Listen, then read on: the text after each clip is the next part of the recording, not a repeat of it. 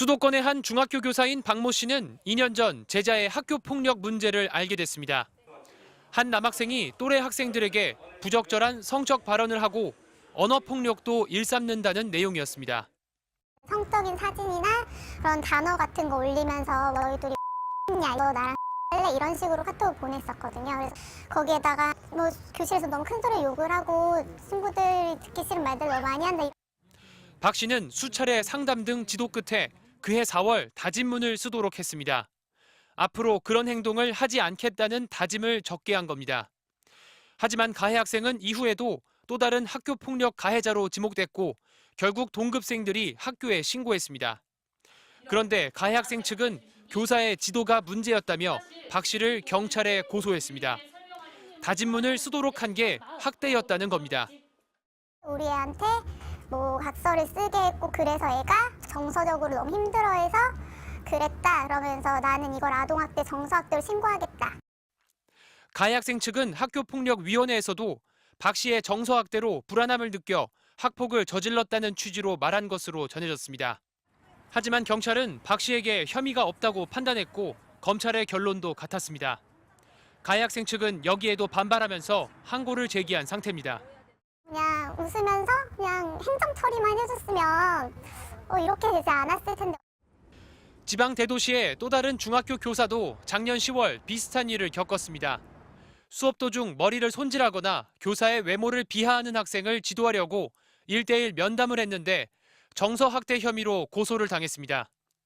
이 학생 역시 또래에게 언어폭력을 가했다가 학교 폭력이 신고되자 교사로부터 평소 학대당한 게 이유라고 주장한 겁니다.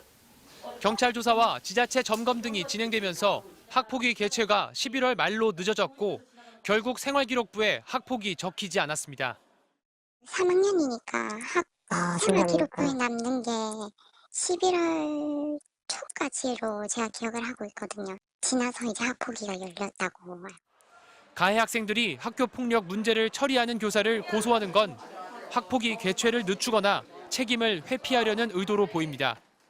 현실적 제재라든지 소송 제기라는 부분에 이중 고속에서 교사들이 오히려 정신적 고통과 또 병원 치료까지 받는 경우가 대단히 많이 늘고 있습니다. 고소가 반가울리 없는 교사들이 학폭 사건에 기계적으로 대응하게 되면 가해자 처분과 피해자 보호가 미흡해질 수 있다는 우려가 나옵니다. MBC 뉴스 신준명입니다. 자녀의 학교 폭력 문제가 불거지면 여유가 있는 부모들은 사건 초기부터 변호사를 선임하는 경우가 많습니다. 이런 부모들에게 일부 변호사들은 가해자와 피해자를 바꾸는 이른바 맞폭, 쌍폭을 만들려고 조언하는데요. 그러니까 가해자가 나도 폭력을 당했다면서 역으로 신고를 하는 수법입니다. 김상훈 기자가 자세히 전해드리겠습니다. 지난 2021년 한 중학생의 SNS 계정에 악성 댓글들이 달렸습니다. 그만 나대라, 여우짓 좀 그만해라, 추하다는 인신 공격과 욕설들이었습니다. 경찰 수사 결과 댓글 작성자는 같은 반 친구였고 학교폭력위원회는 가해 학생에게 반을 옮기고 서면 사과하라고 결정했습니다. 그런데 바로 다음 날 이 가해 학생은 오히려 피해 학생이 자신을 때린 적이 있고 학폭위 결과를 소문내 정신적 고통을 주고 있다고 학교 측에 신고했습니다. 나도 당한 적 있다고 신고하기, 이른바 맞폭 또는 쌍폭 만들기로 불리는데 일부 변호사들의 수법으로 알려져 있습니다. 학폭위에서 굉장히 사건이 복잡하게 보이고 결국 양쪽이 다 잘못했네 이렇게 보면은 둘 다 처분을 낮추거나 아예 처분을 안 하는 경우도 있거든요.